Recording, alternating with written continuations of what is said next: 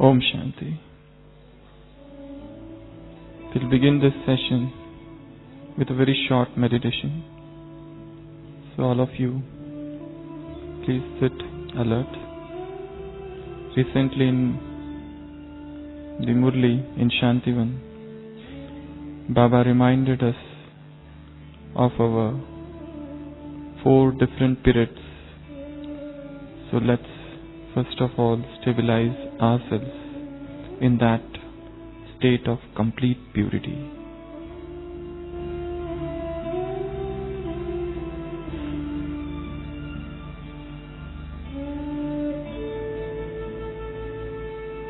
Sitting in the middle of the forehead, I am a radiant point of light.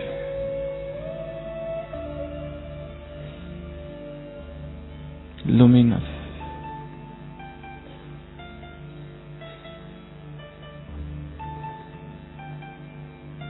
The whole body has become filled with this divine light. Perfect stillness.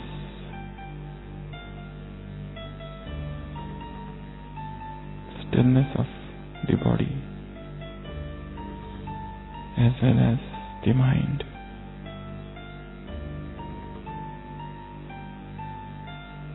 I am that spark of luminosity.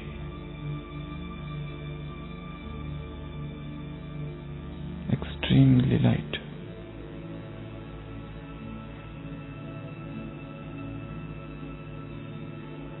Completely pure.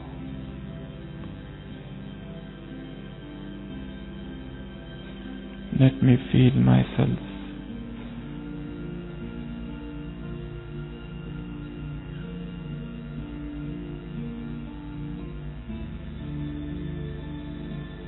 as a spiritual being, separate from body.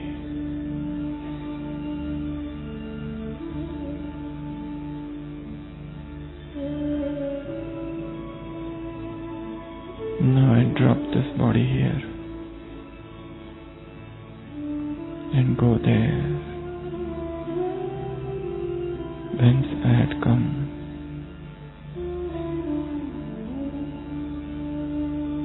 My home is calling me.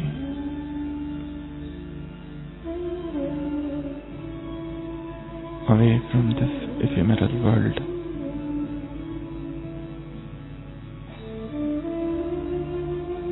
I am in my sweet silence home, the land of peace, the land of liberation.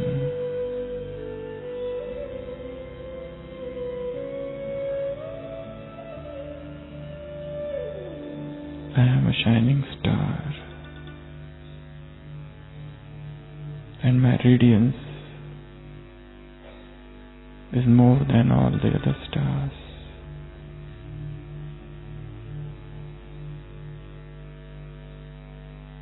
I am a point of light, very much near to my Father.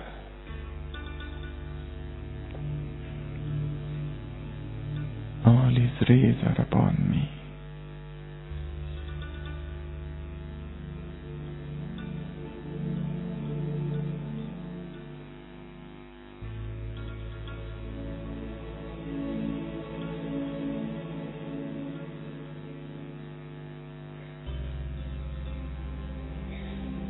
A divine sense of purity. I feel my pure nature.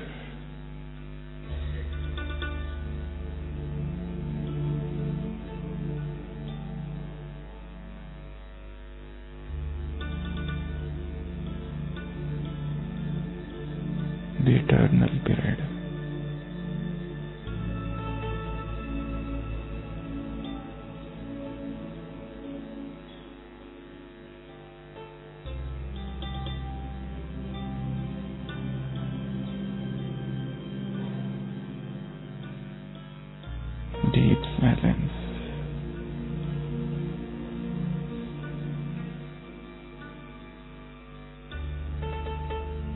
Now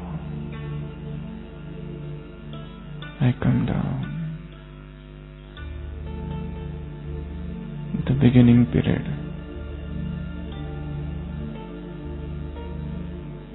The divine vistas of golden age.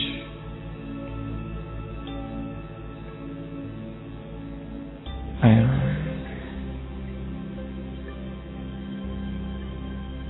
feeling my purity, my royalty, my divine personality. The entire Prakriti is Satapradhan.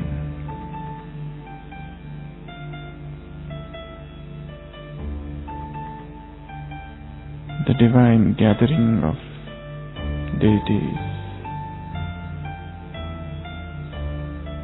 the beatific nature,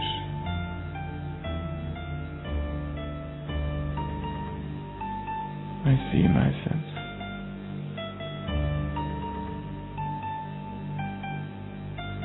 completely pure.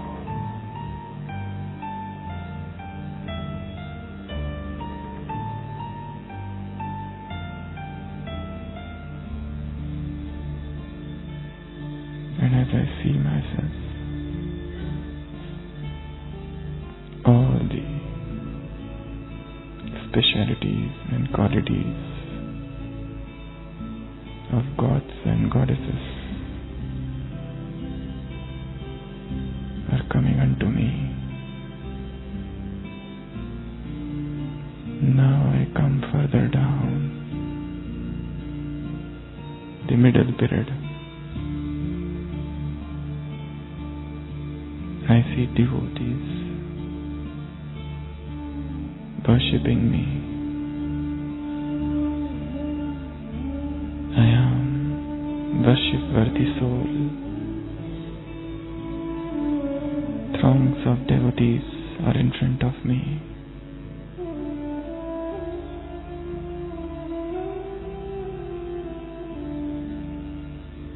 And I am blessing them, fulfilling their pure desires.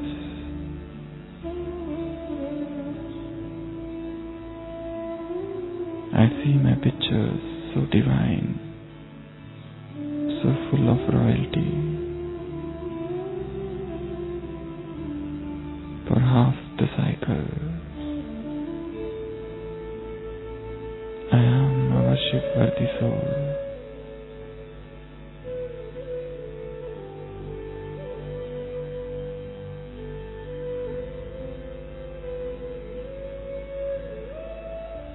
Now I come further down, the final period. How blessed I am that I got the divine sustenance of God.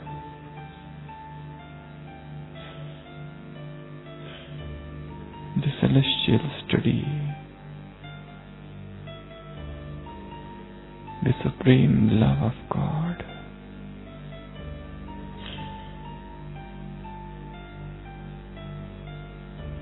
I am the first creation.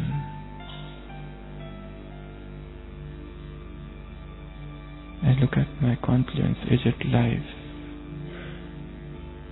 so full of bliss and happiness. Every moment is divine rapture.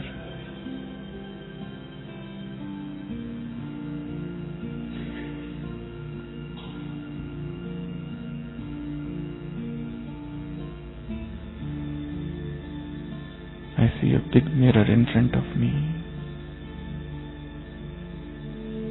and Baba is telling me, child, see yourself in this mirror. What percentage of purity you have?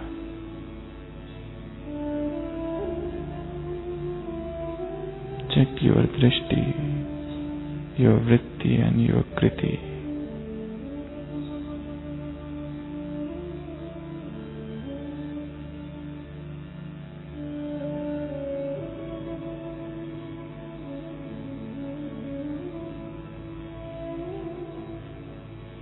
a blissful stage of mind.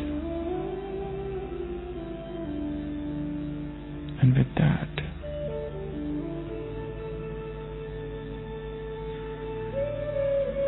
consciousness, let me imbibe that complete purity in my entire being. Om Shanti.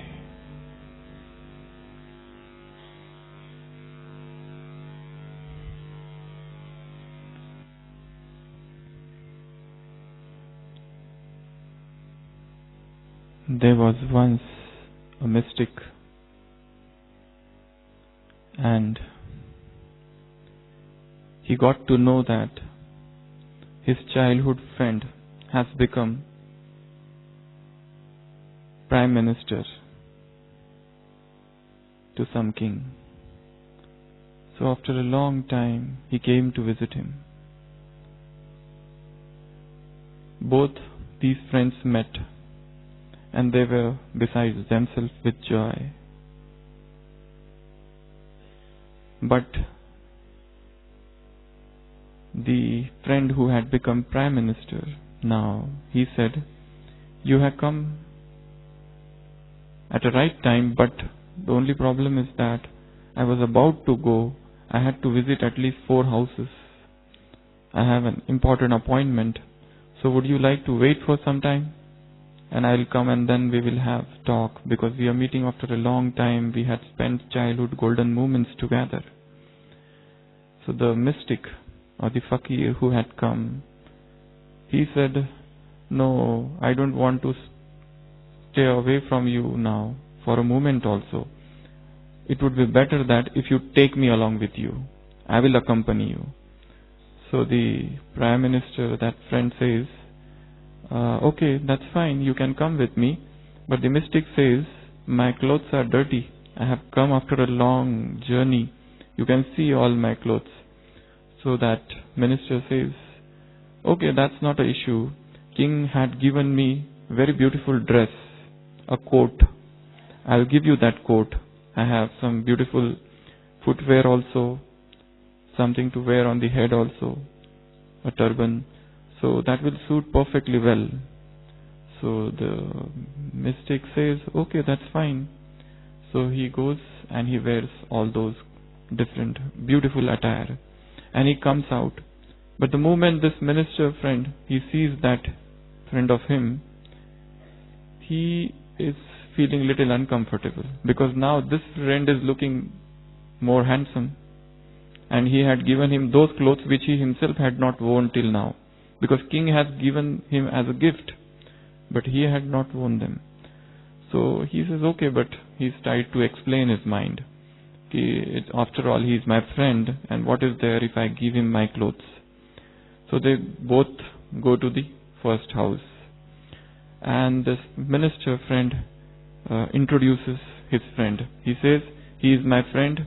He is a great philosopher. He is a great mystic, and we had spent a lot of time together in our childhood, and he is a very good person, and everything is his. As far as court is concerned, that is mine."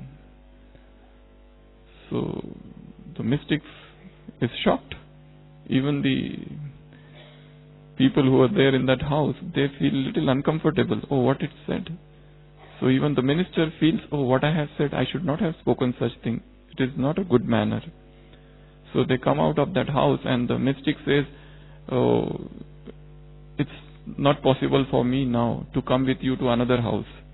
So the minister says, no, please forgive me for what I have said. Actually, I didn't want to say it, but it was a slip of the tongue.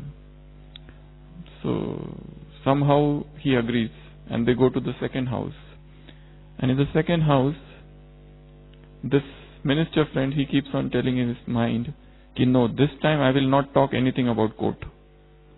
So he goes to the second house, and then he starts introduction. He says he is my friend, he is a good mystic, he is a great philosopher, we have spent a lot of childhood time together, and as far as the court is concerned, that is his only, not mine.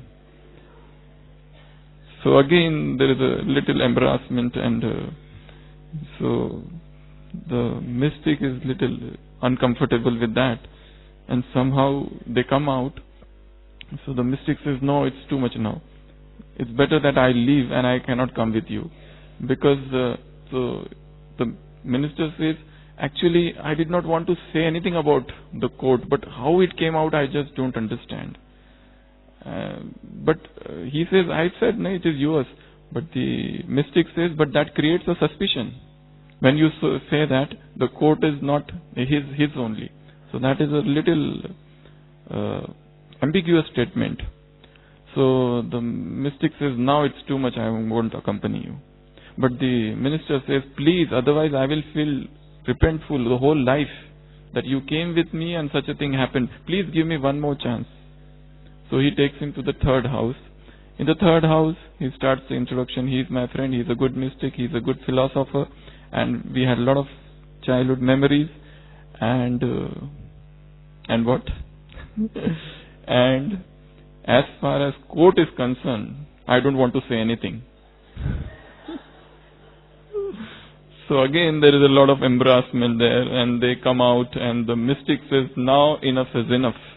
I am not going to come with you anymore now. This is too much.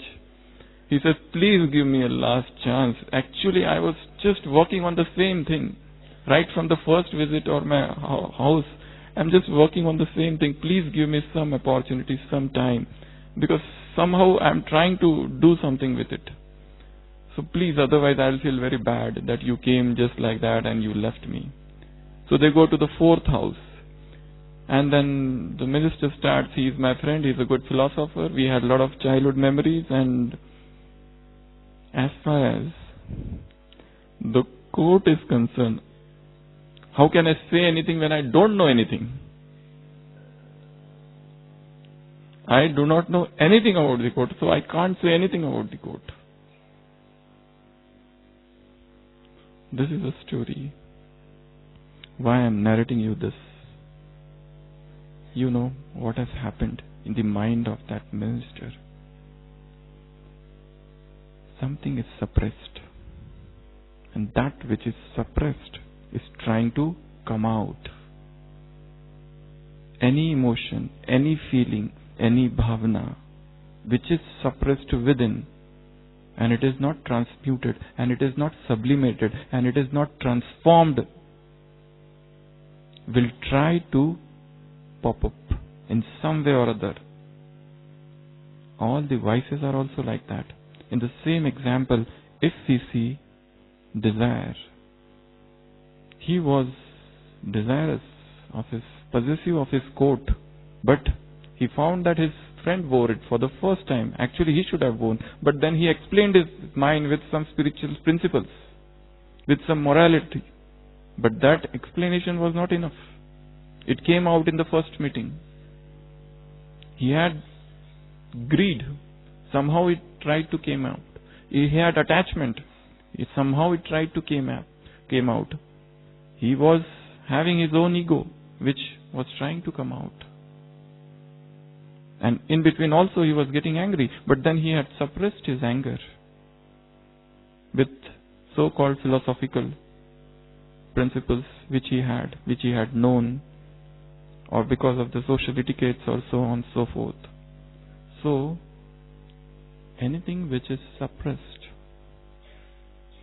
will try to come out. Baba is talking about complete purity. I will tell you one Murli, and everyone should go and read that Murli.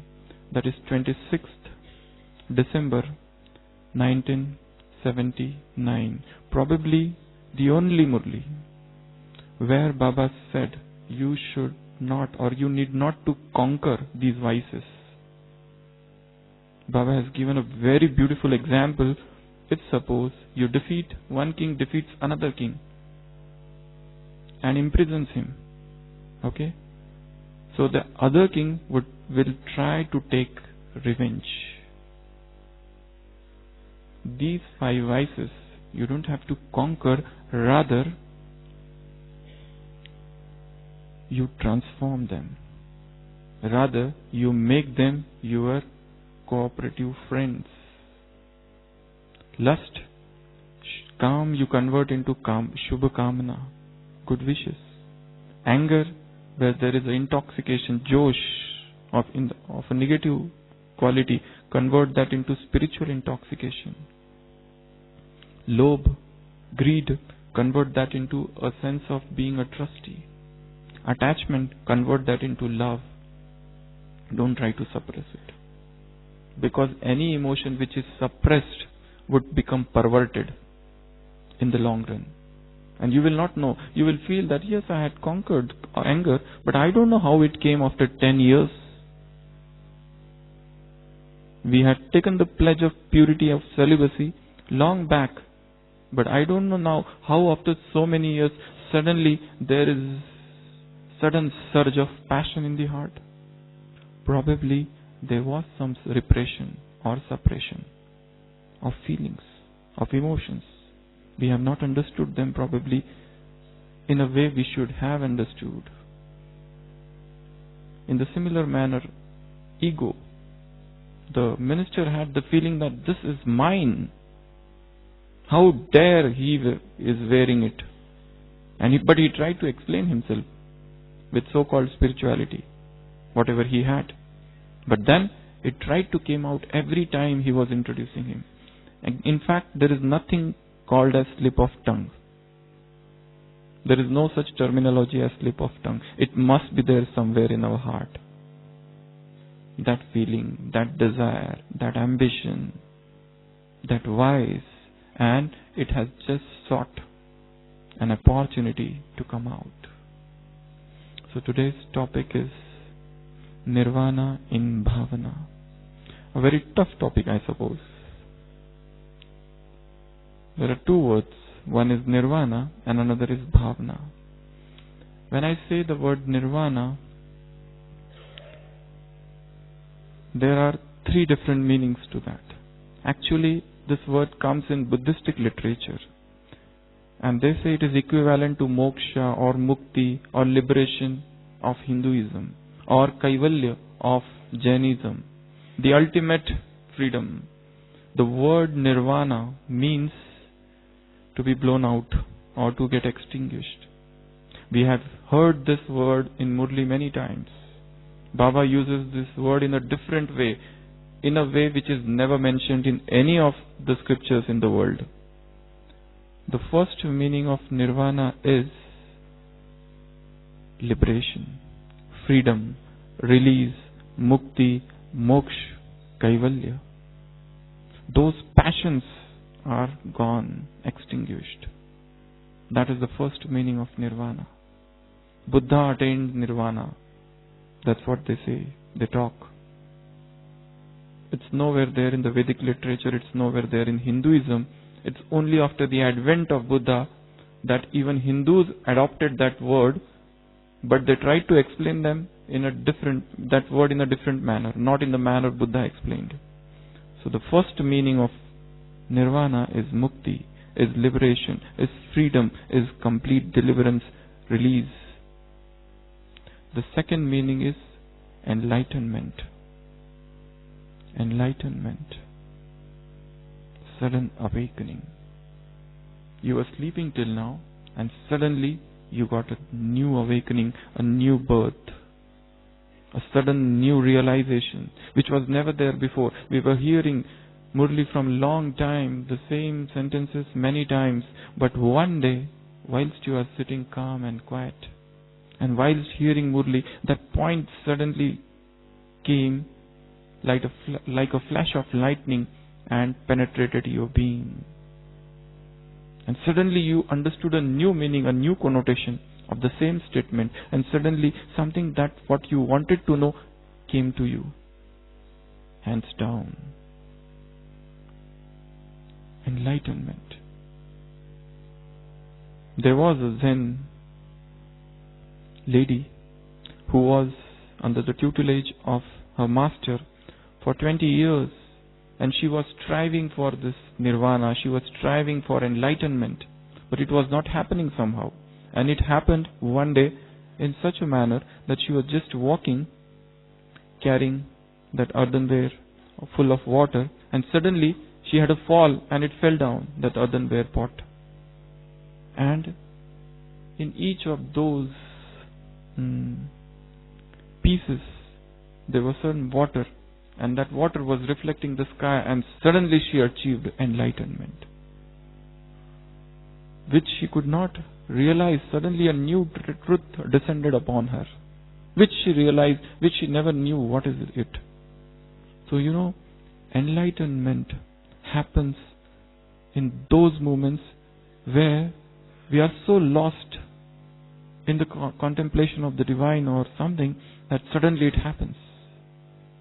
It doesn't happen when we want, but it happens in those unguarded moments sometimes. For example, Archimedes, whilst he was taking bath in the tub, suddenly he realized. He got the answer, the metal, what alloy was mixed in that metal, in that gold. And he went, eureka, eureka, just like that, undressed. So, those moments. So, second meaning of Nirvana is enlightenment, awakening. The third meaning of Nirvana is, which Baba has said, and which is not mentioned anywhere, because Baba has taken literal meaning. Nirvan, Van means Vani, to go beyond sound. So, this is in short about Nirvana. Come to the other word, Bhavana. Can anyone tell me what is Bhavana? I will tell you three words: Bhav, Bhavana and Bhasana. Anybody? Yeah? What is Bhavana? Tell me first what is Bhav.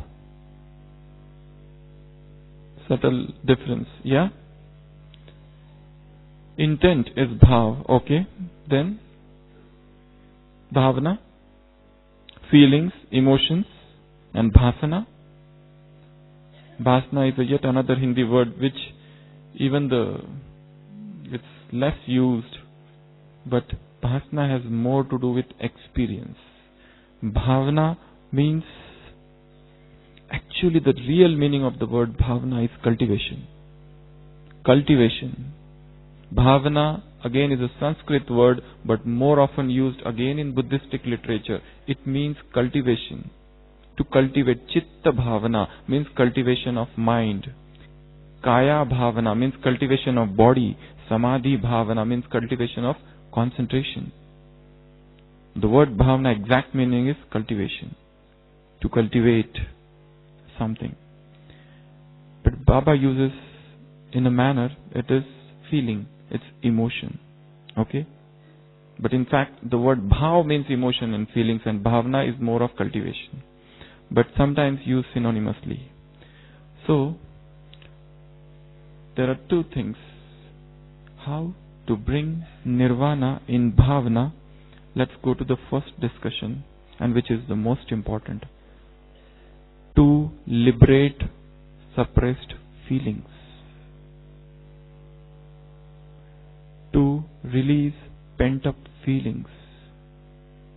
Something is within us. Some childhood trauma, some hurt, somebody who has done wrong to me long back, and then suddenly somebody came in Gyan, and then suddenly you understood that we have to become world benefactor. But that wound is still there. But that unhealing wound is still there. But that trauma has yet not healed. Few days back, one sister had come to us in OPD, and she was suffering from depression. She had huge files that did everything. She had visited n number of doctors. Many doctors had tried to change her medications. She was on very high and heavy doses of antidepressants, tranquilizers, and so on and so forth, and which she has changed many times. But her depression was not going at all. So little we sat with her and we tried to find out the underlying hidden cause. So she narrated 35 years back, before coming in Gyan, she wanted to marry a man, but her younger sister married. That the same person. And she used to love her younger sister too much. But it was her desire to marry that person. But since her sister expressed the desire and she married also, and later on this sister came in Gyan. But that feeling was there. Some grudge, some revenge. That she has snatched away somebody from me. That feeling persisted. And later on, the same feeling got converted into somatization, somatoform symptoms. Something which is suppressed and that came out in the form of bodily disease. Pain here, pain there, pain everywhere, but all reports normal. No doctor is able to diagnose her because it was suppressed. Nirvana means to release. Nirvana means to deliver those pent-up emotions, those negative energies which are within us. But how to do that? That's the most important thing. First step is to accept that there are certain points, there are certain triggers, there are certain persons, situations. The moment they come in front of me, suddenly all the Gyan and Yoga goes away somewhere. Suddenly a wave of negativity arises. And from where? And we are lost. And then immediately it goes away also. It doesn't stay for a long time, but it does come. It does come. It comes and it goes. You feel sorrowful for a moment. Remember this Sunday's Murli. What did Baba say? Complete purity has got 3 signs. This Baba had come recently, recorded Murli of 2nd February 2008, where Baba talked 3 signs of purity: Drishti, Vritti and Kriti. Kriti means action, means you do not take sorrow, you do not give sorrow. Baba focused more on taking sorrow. We play the victim card. We do self-victimization and become sorrowful. We absorb sorrow. But that is not the complete purity. So even if the wave of sorrow is coming, if the wave of suffering, misery, unhappiness is coming unto us, it means there is some work that needs to be done. So, what are the suppressed emotions, feelings and bhavanas which are within me? And how should I get rid of them, those negative energies? There are certain steps to that, which we need to do, and we need to do them every day. First, relax. First is to relax. Take out some time, because this is the most important work which is to be done, and we have not done it. We have been busy in Gyan and Yoga and classes and many other things, but this feeling which is hidden somewhere in the subconscious, it's not so visible, it's not conspicuous that we can see it vividly. No, it is hidden. Even to reach that point sometimes is difficult. How to access, how to enter into that realm of subconscious mind. That's the thing. So, first thing is, as Baba said, look into the mirror and see what purity I have. So in the similar manner, here what we have to do is, you need some time for relaxation. I'm not talking about sleep. Silence is the sleep that refreshes wisdom. I'm talking of internal silence. I'm talking about that deep silence where we need to go within us and find and check those areas, those wounds, those hurts, those emotional abrasions, bruises. And they are just like that, and we have moved ahead, but they have not healed. So, relax first. Second is, whenever there is a suppressed emotion, that is not spirituality. Whether it is an emotion or it is vice, we need to get rid of it by completely understanding its nature, completely studying ourselves. Second is to study one's own mind, to study the triggers, to journal. What are the events? What are the persons? What are the things? Once they come, the negativity arises in me. For some time, maybe transitory, but negativity does come. What are those places? What are those times? What are those events, triggers, happenings, circumstances, persons? Everything. Try to journal them first of all. Unless until we know, how will we combat them? How will we do something with them? Otherwise that work remains undone. So second is journaling, writing down some triggers. For example, from morning Amrit Vela till now, how I was. Okay, one thing is that somebody came and spoke something rather rudely, and he was Brahmin, and I felt bad. Just journal it. This happened. Just journaling. Second. Third is to what is known as self-talk. Self-talk. Three things we have to do every day. One is self-talking. Second is talking with Father, Baba. And third is churning of knowledge. Every day, every Brahmin must do these three things. Sometimes we have to devote to talking with Baba. Sometimes talking with self. And third thing is churning the knowledge. This is very important. So, self-talk. Then, there are certain methods of release which are transitory, and there are certain methods of release which are long-term. So, temporary methods they talk of is sing, dance, play, walk, move around, go in solitude. These are some of the methods. At least for some time they will help you in coming out of that suppressed emotion. Otherwise that remains very deep within. If you want it to come out, you have to do this. And most important thing in this is venting it out. Catharsis. Find somebody with whom you can share, rather than keeping it within. Like a pressure cooker, it is there.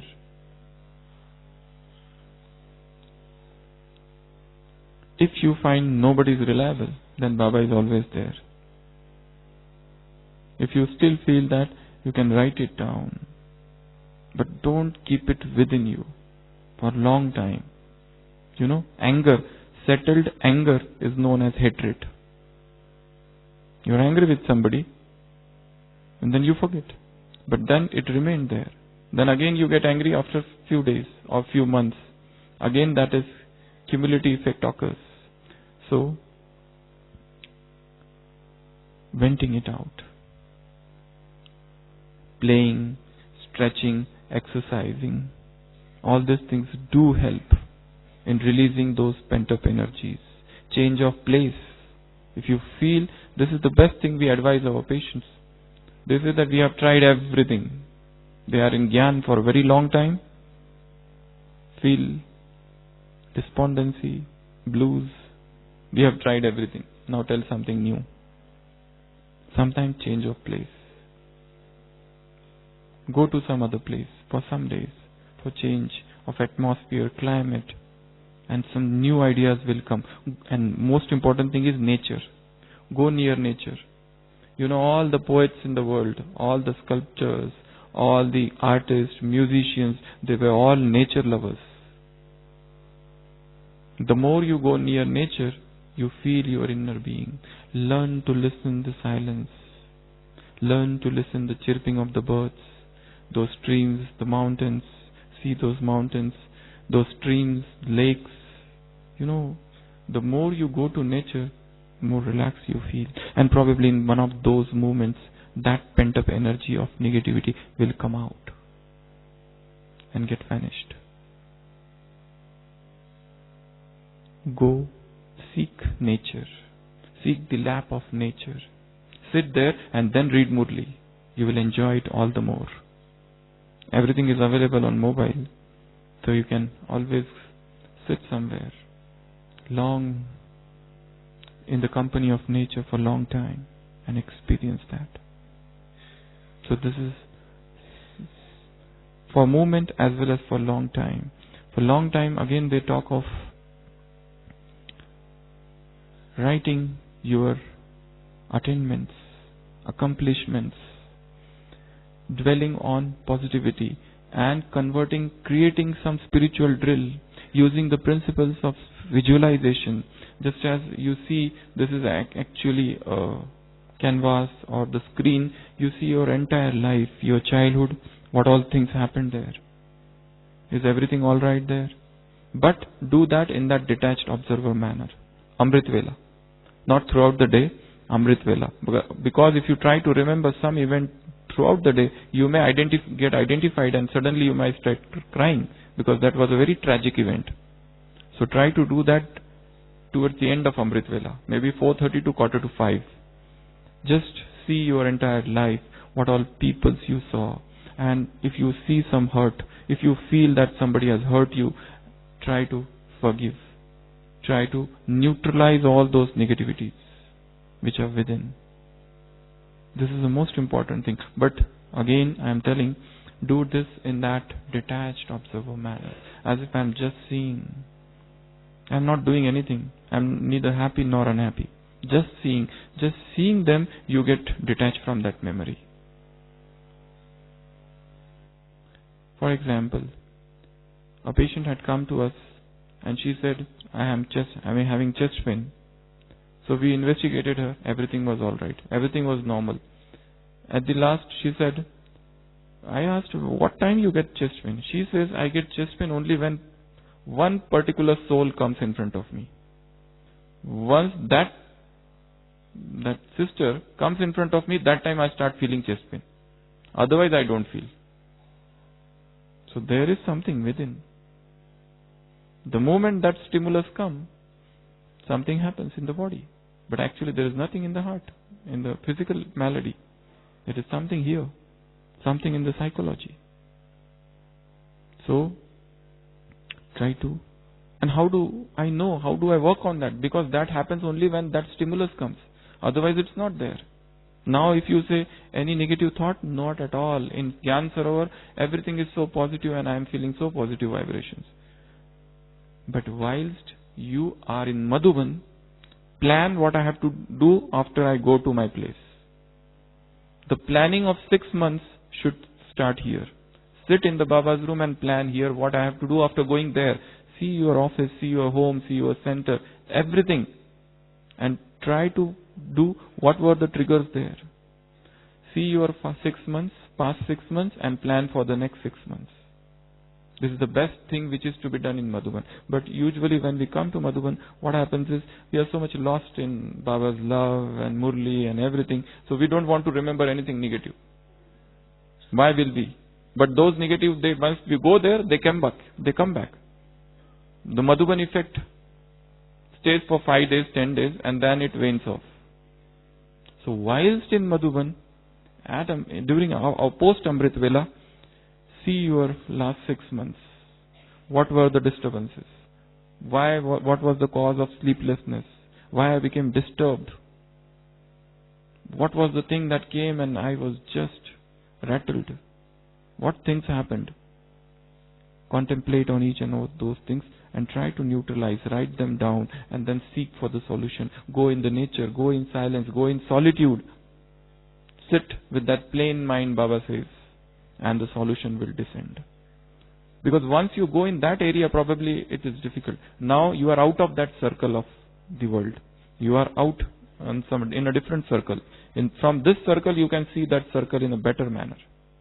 So plan what I have to go after going there. What are the things Baba had said in one of the Murlis, that you must know all the neighboring leaves, all the neighboring souls, their sanskars, their nature, their habits, mannerism, everything. Contemplate on them. So, release of that pent up energy. Because if you don't do this work, then as far as court is concerned, that is mine. As far as court is concerned, that is his. As far as court is concerned, I don't want to say anything. As far as court is concerned, I do not know anything. So everything is come out. So there is something suppressed. So try to seek to release this negative energy. Even when you exercise, you can do with this self-respect that all the negative energy is going out from my legs, from my feet into the earth. It's going out. While you walk with that vision that I am walking, and after the walk I will be a new person, full of energy, positivity, full of verve and animation. Okay? So one meaning is to release the suppressed emotions. Release nirvana of deliverance of suppressed feelings, emotions, vices, anger. It will not come if everybody is talking nicely with me. Why the anger will come? But the moment somebody tries to insult me, that time it might try to come out. Baba has used that word in that Murli recently in Shantivan. Somebody insults you. Is insult or sorrow is a good thing? Baba said it is kichada. It is rubbish. Why you take it? Why you get that feeling of sorrow? That means it is not purity. First is this. Second is enlightenment of feelings or emotions or bhavana. How our feelings or emotions should get enlightened. We have heard in Murli so many times, Shreshta Bhavana, elevated feelings, Shubha Bhavana, auspicious, you should have beneficial feeling for everybody. You should have pure feelings, good wishes for everyone. You should have feeling of mercy or compassion for everyone, Rahim ki Bhavana. Nimitta Bhav, Baba has used many words. Work on Bhavana.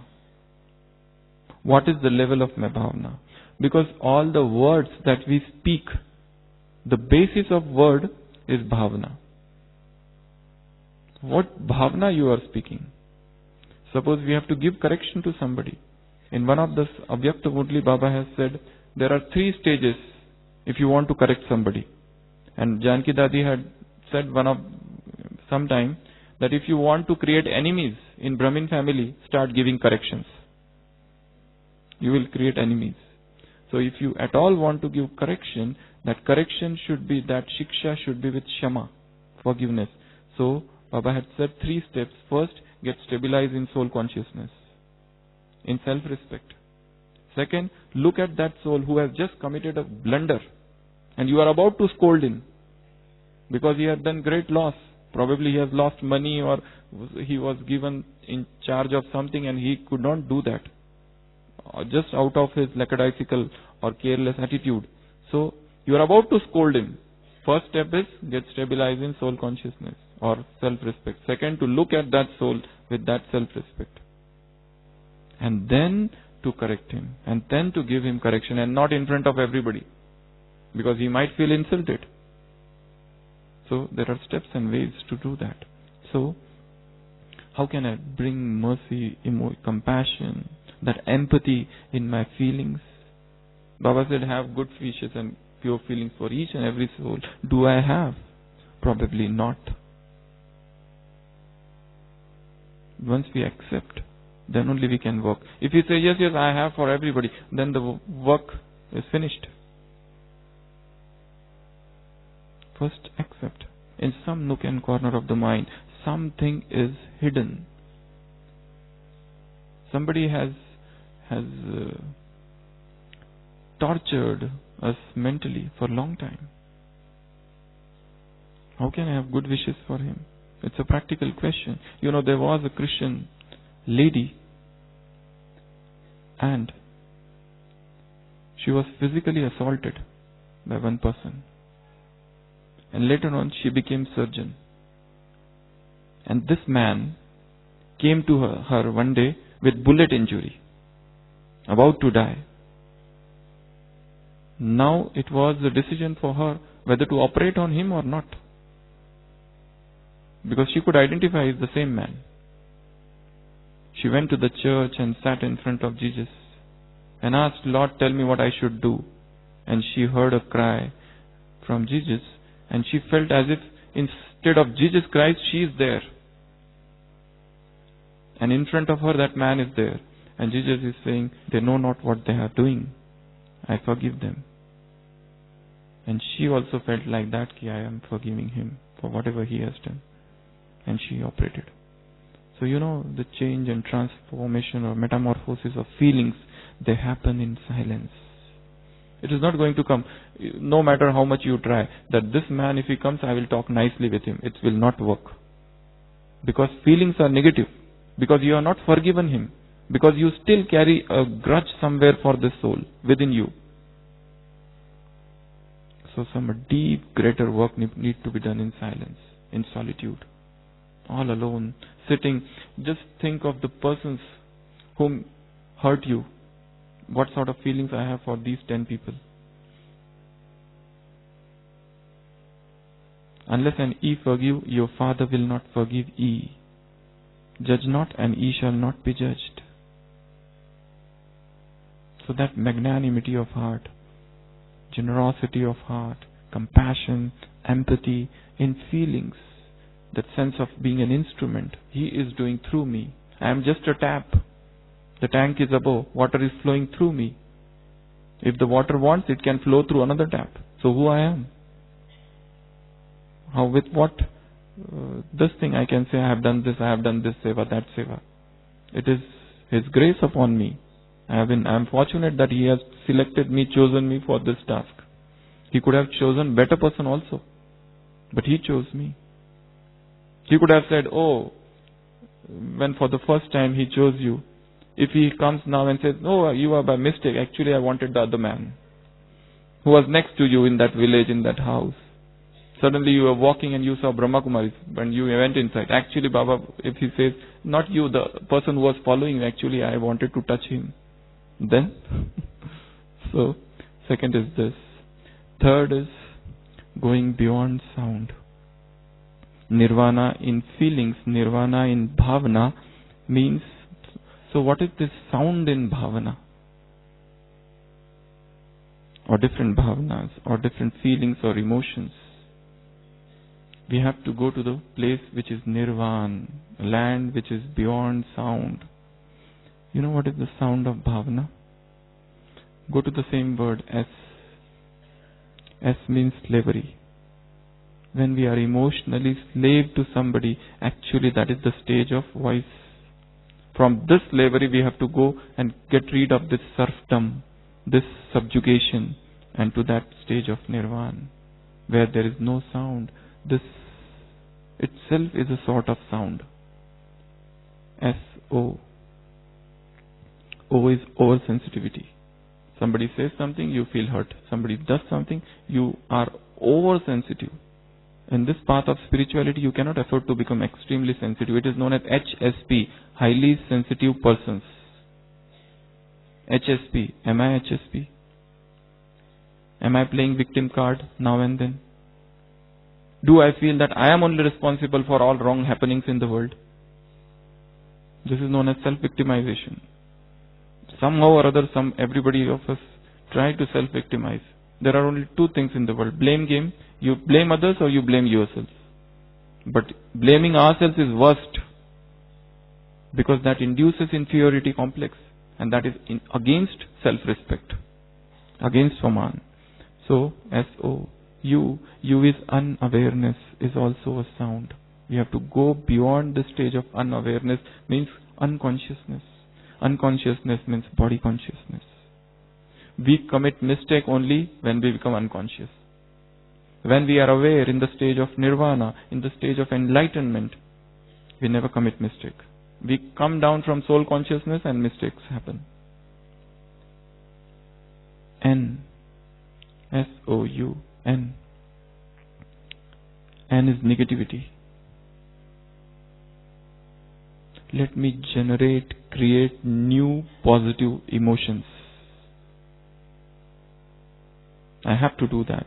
For that, you will require some time. It will not happen at the drop of a hat. No, it will take some time.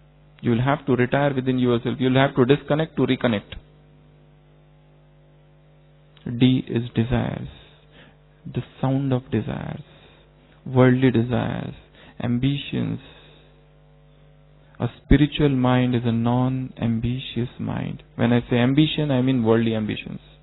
You cannot serve two masters. You want world also, you want worldly things also, and God also. It's not possible. You'll have to let go of one. So,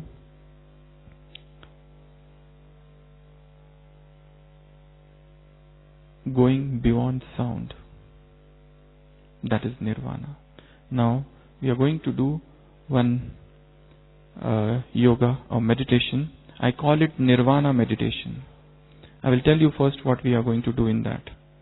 This Nirvana Meditation means staying in the soul world for a longer time.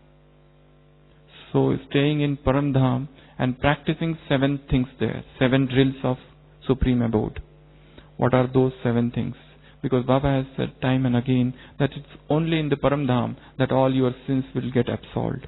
In that volcanic yoga stage, in that stage of volcanic yoga where you are just like fire, Jwalamukhi yoga.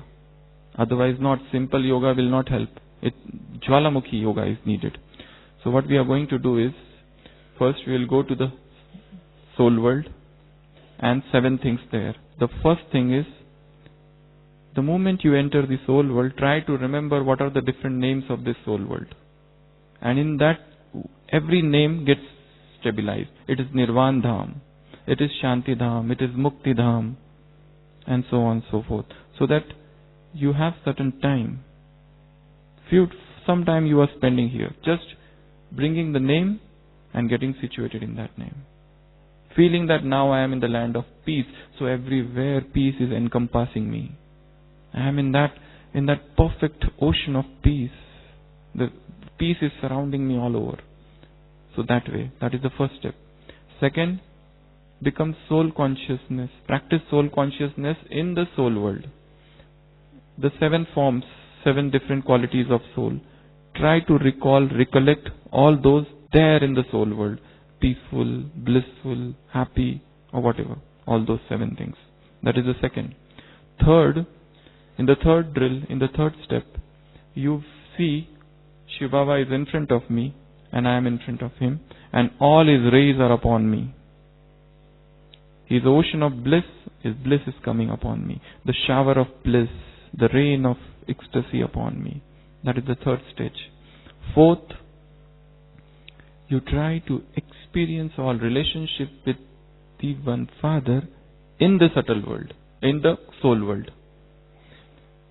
As if that point of light is my everything.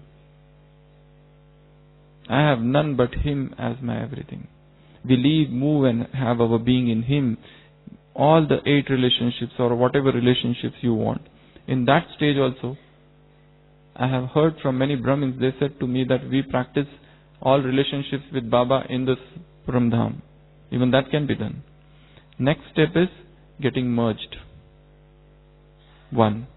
Shiva Baba and soul have become one. There are no 2 entities anymore. We have become one. I often like the example which is given in Bible. Jesus Christ is asked, who are you? And he says, I am Son of God. At other place he was asked, where is your Father? He says, my Father that art in heaven. So that is the first. Son is different and Father is different. At another place somewhere in Matthew, he was asked, but what is the relation? Where does your Father stay and where do you stay? He says, my Father is in me and I am in my Father. That is the second stage. My Father is in me and I am in my Father. At some other place, but what is the relationship between you and your Father? And he says that statement, and for which probably he was crucified. My Father and I are one. My Father and I. And people say it is blasphemy. How can you call that your Father and I are one? How can you say that before Abraham I am? You have come now and you are saying you were there before Abraham? So these are the 3 stages of soul. First, I am Son of God. He is different, I am different. Then you come in Gyan, you move ahead, and you feel that Baba is with me all the time. In fact, we have made him omnipresent. Now, because we feel he is there, his canopy is upon me. So, He is in me and I am in him. This is the second stage. The third stage, my Father and I are one. We are not two different entities, we are one. So this is a feeling, this is the emotion, this is the bhavana. Where we feel I have become, Baba said combined stage is the most powerful stage. So in the Paramdham, fifth stage is one. Then sixth stage is, you come down a little, he is up, you are below, and the globe is below you. And all his rays are upon me, and all the rays from me are going on all the souls of the world. This is the sixth stage. And the seventh stage in soul world is detached observer.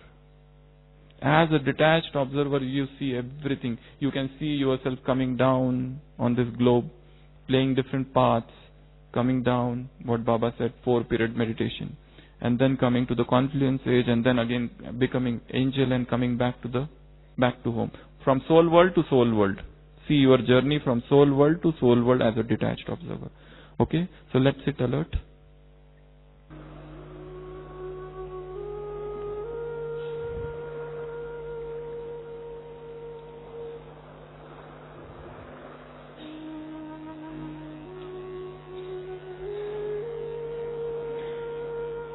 A radiant star.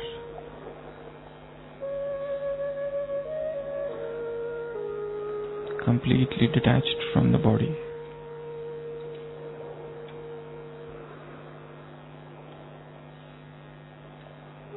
Full of divine bhavana.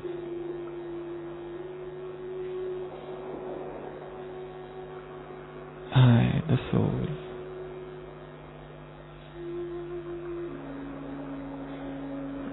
am feeling myself. What is in me? What is my real nature? Who I am? Whence I came? Let me turn within.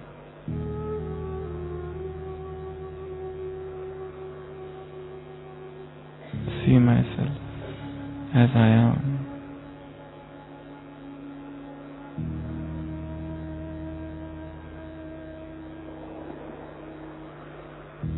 A pure being.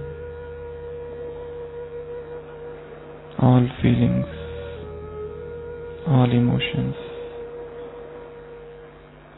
purified.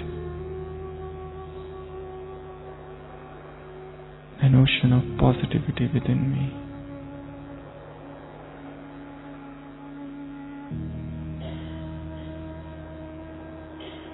All the negative energy, negative emotions have left me.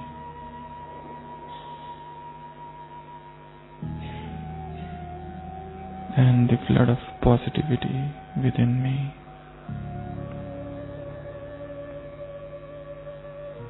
All the feelings have become enlightened. An unusual divine awareness.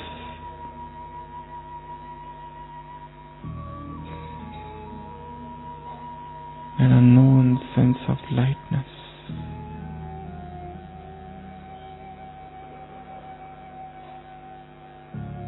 Extremely light.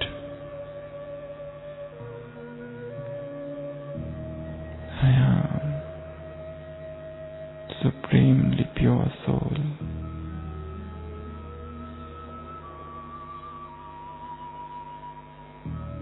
Now let me go back to my home, to that world beyond sound.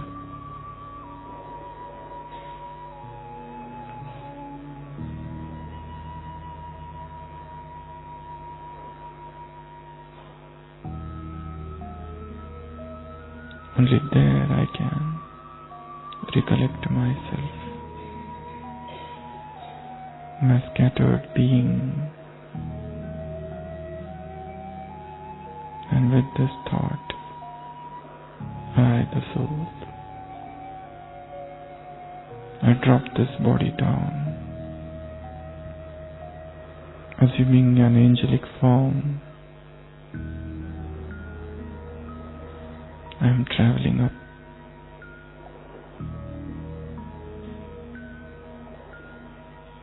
above the vast firmament, above the stars, the moon and the sun.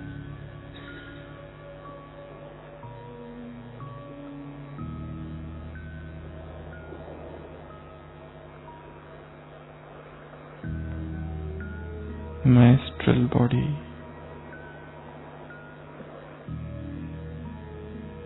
the feeling of being double light. I have reached the subtle world.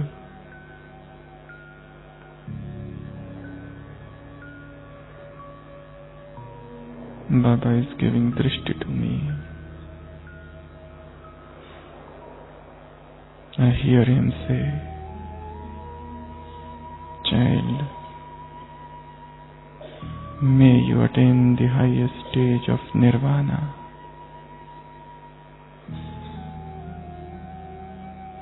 In all your bhavanas,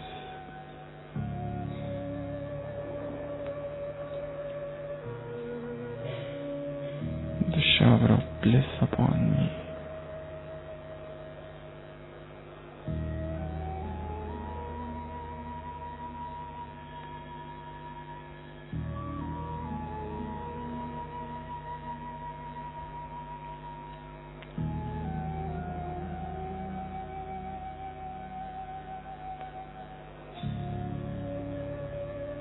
Deep silence within and without.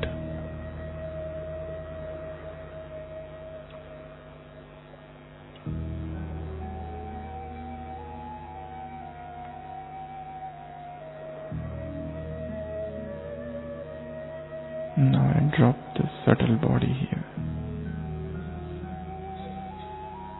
and I enter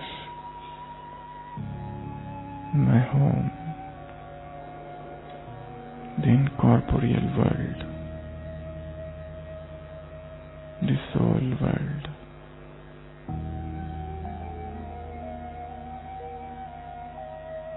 I am a point of light.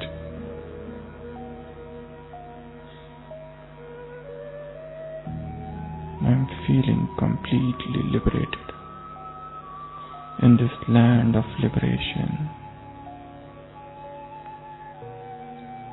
Completely peaceful in this land of peace.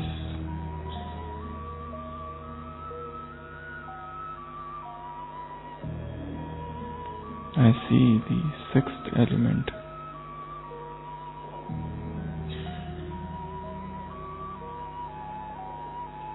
Everywhere in this Brahmalok.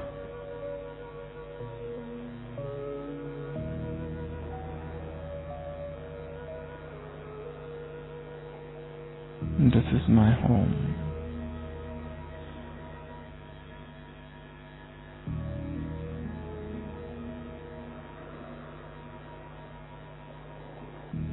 I see so many souls around.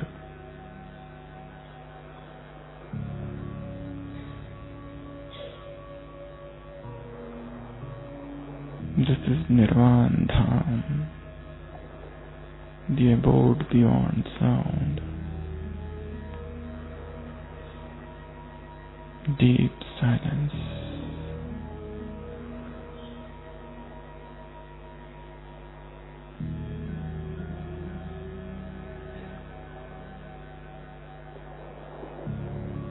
Now I try to recall what is my nature. I am a blissful soul, a loving soul. Peace is my very nature.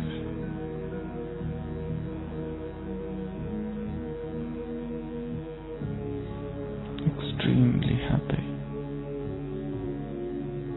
most powerful.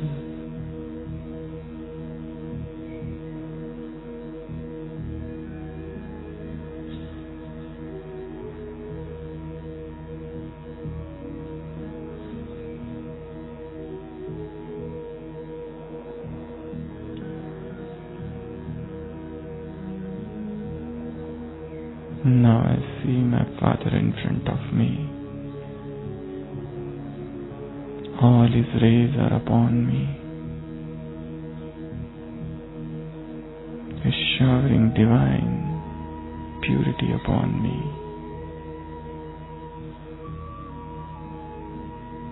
The shower of purity.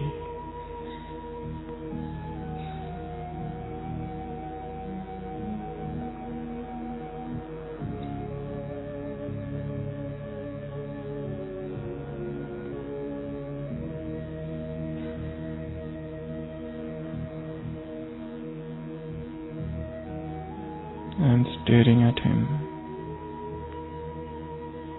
the point of light, and all rays are upon me.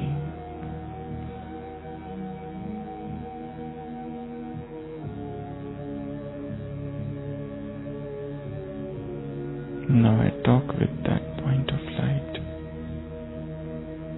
He is my all in all. All relationships with one. My mother, my father,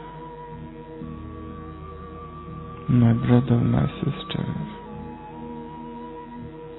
my teacher, my preceptor, my beloved friend, and my beloved.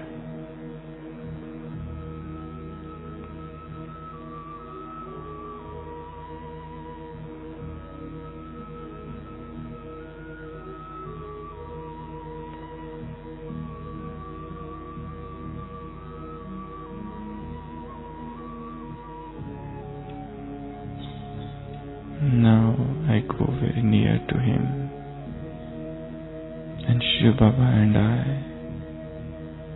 have become one. I, the soul, I have merged in the Supreme Soul, the most powerful combined stage.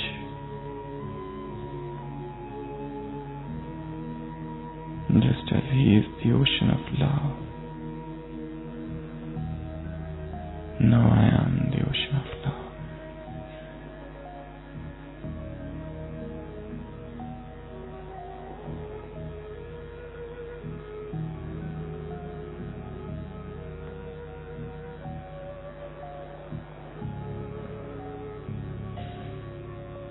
All His has become mine.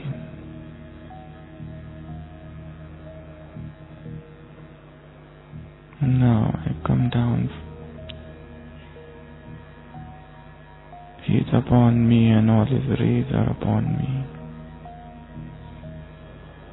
And from me, from the Paramdham, the rays of bliss, knowledge, happiness are falling upon all the souls of the globe.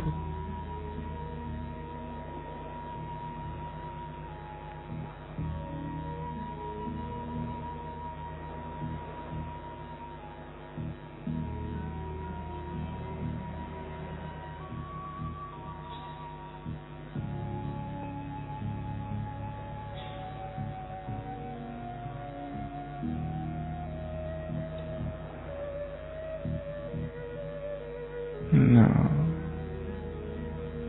as He is the detached observer, I am also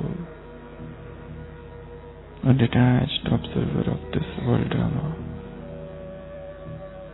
And from this highest summit of soul world, I watch this entire drama. I see souls coming down on earth. How each soul is playing his parts. How time is changing.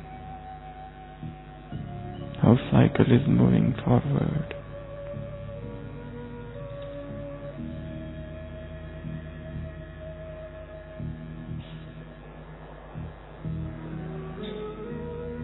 I see the beautiful confluence age. I see Diamond Hall, where God is meeting all His children. I see souls from all corners of the world in front of their Father.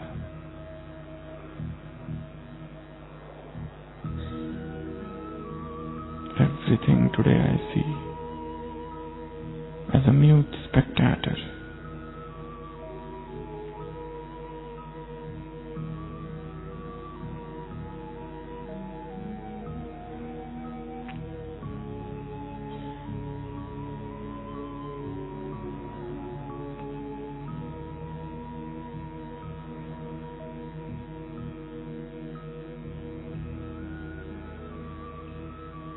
Now I see my own life.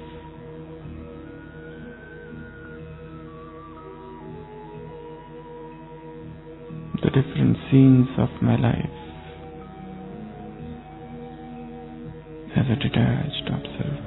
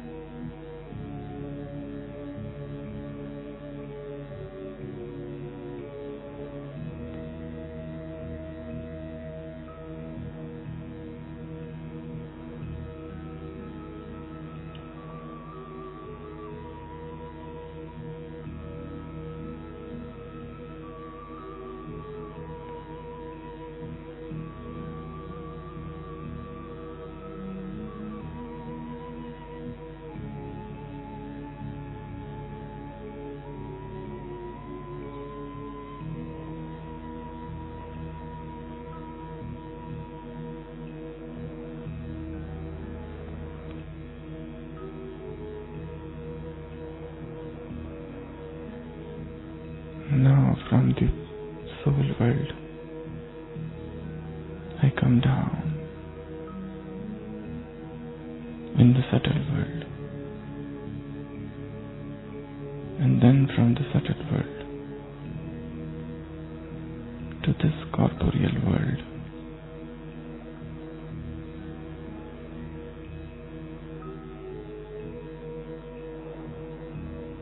I enter into my body again, full of energy, full of positivity, full of divine powers, soul conscious vision, enlightened bhavanas.